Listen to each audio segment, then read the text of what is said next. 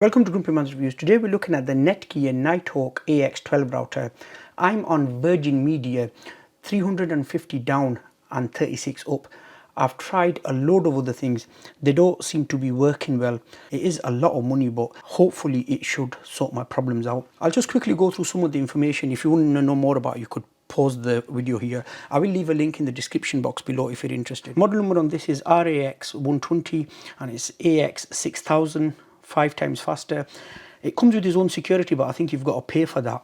And it runs on the Nighthawk app, which is quite simple because I reviewed one of the other products which we're using at the moment, a range extender. Suitable up to 30 devices, ideal for multi-gigabit internet and Wi-Fi 6, the latest and stuff. More information on that side.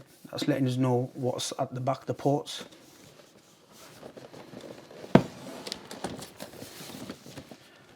Back here just let us know we can connect more devices. It does have a quad-core 2.2 gigahertz processor. That should be good for handling all the extra devices we throw at it. 8 high-performance antennas. The contents of the box and technical specifications. Again, feel free to pause the video. System requirements. There's a bit more info on this side. 5 times better performance than AC router, more Wi-Fi, more devices. OFDM allows efficient data transmission at the same time. I think that only works on the Wi-Fi 6. I'm not sure about that. But it is backwards compatible, and from what I've seen and heard, it does improve the Wi-Fi 5 performance as well, the Wi-Fi 6 router. Well, some of them do. I don't know if that's true or not. I guess we'll find out. 64-bit 2.2 gigahertz quad-core processor. Ensures smooth 4K UHD streaming and gaming. It's ideal for gigabit internet speeds, multi-gig Ethernet, and Smart Connect Wi-Fi 6. Supports all current Wi-Fi devices as well. Okay, let's get it open.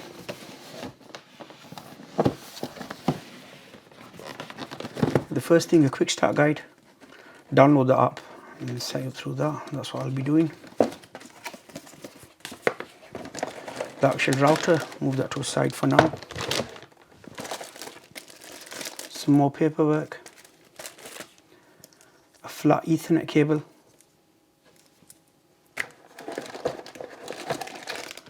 And a big power brick. It's got some adapters here. One's a EU one and the UK one. That's what I'm going to need. Let's open the router. Adapter that just goes on like this. And to remove it, push that, pull it.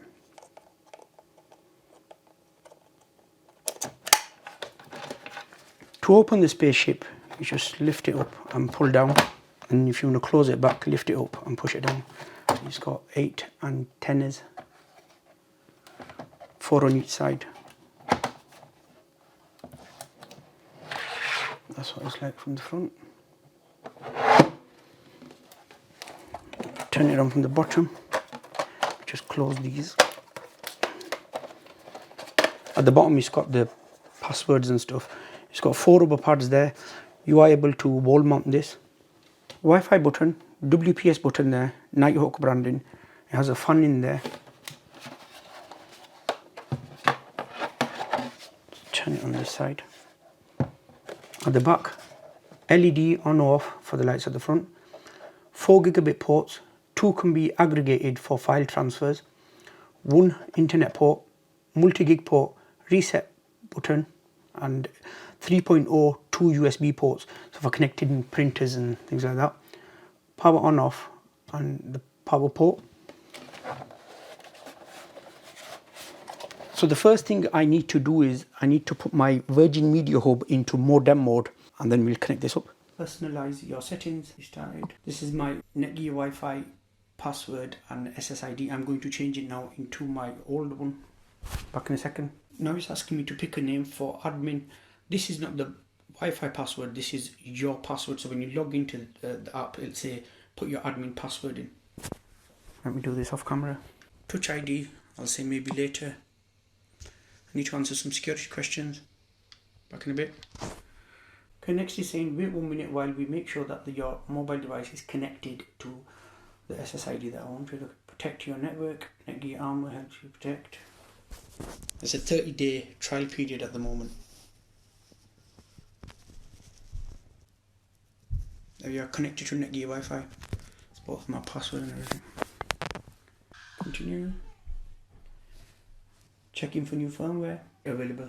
Excellent. Okay, once that's done, then I'll come back and we'll have a look at the app. We know it's all up and running now. It says it looks like everything is up and running. Tap the next button. NETGEAR Pro Sport, maybe later. Installing NETGEAR Armor.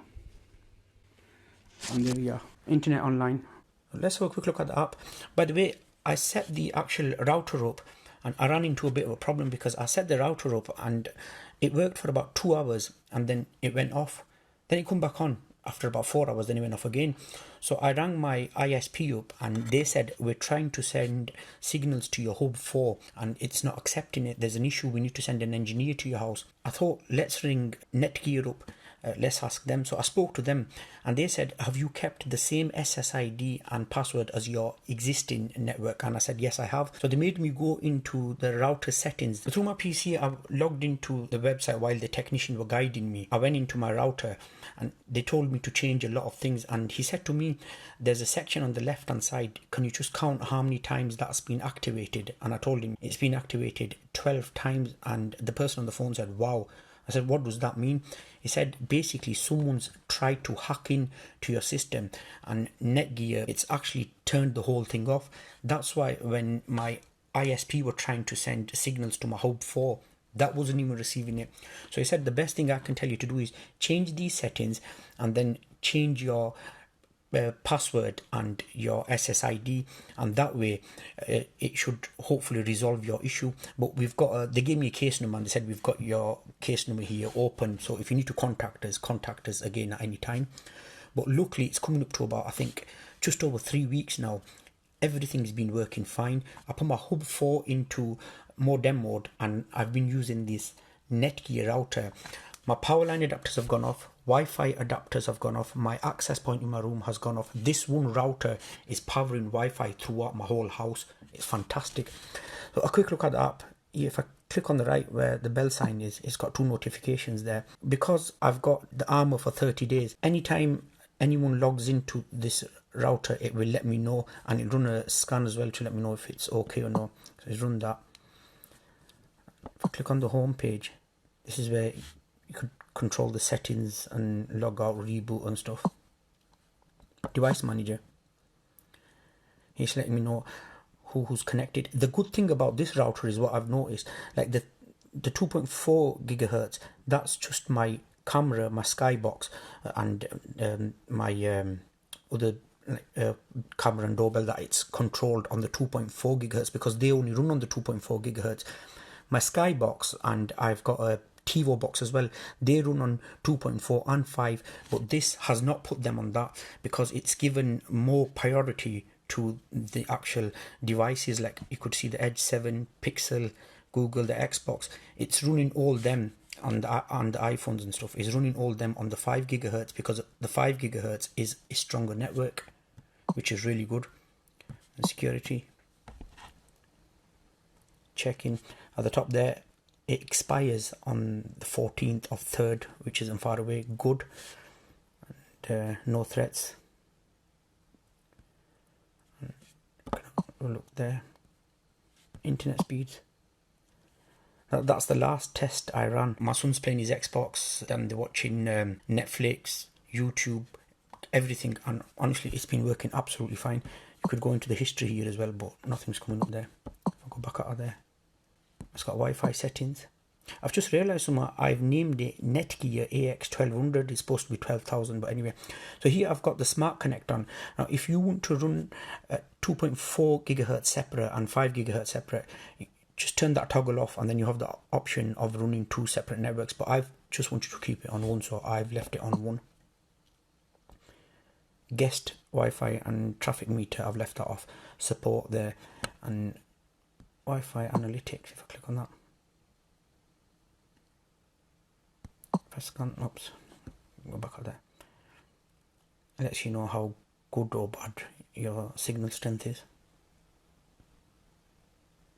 You could go in different rooms and test it as well.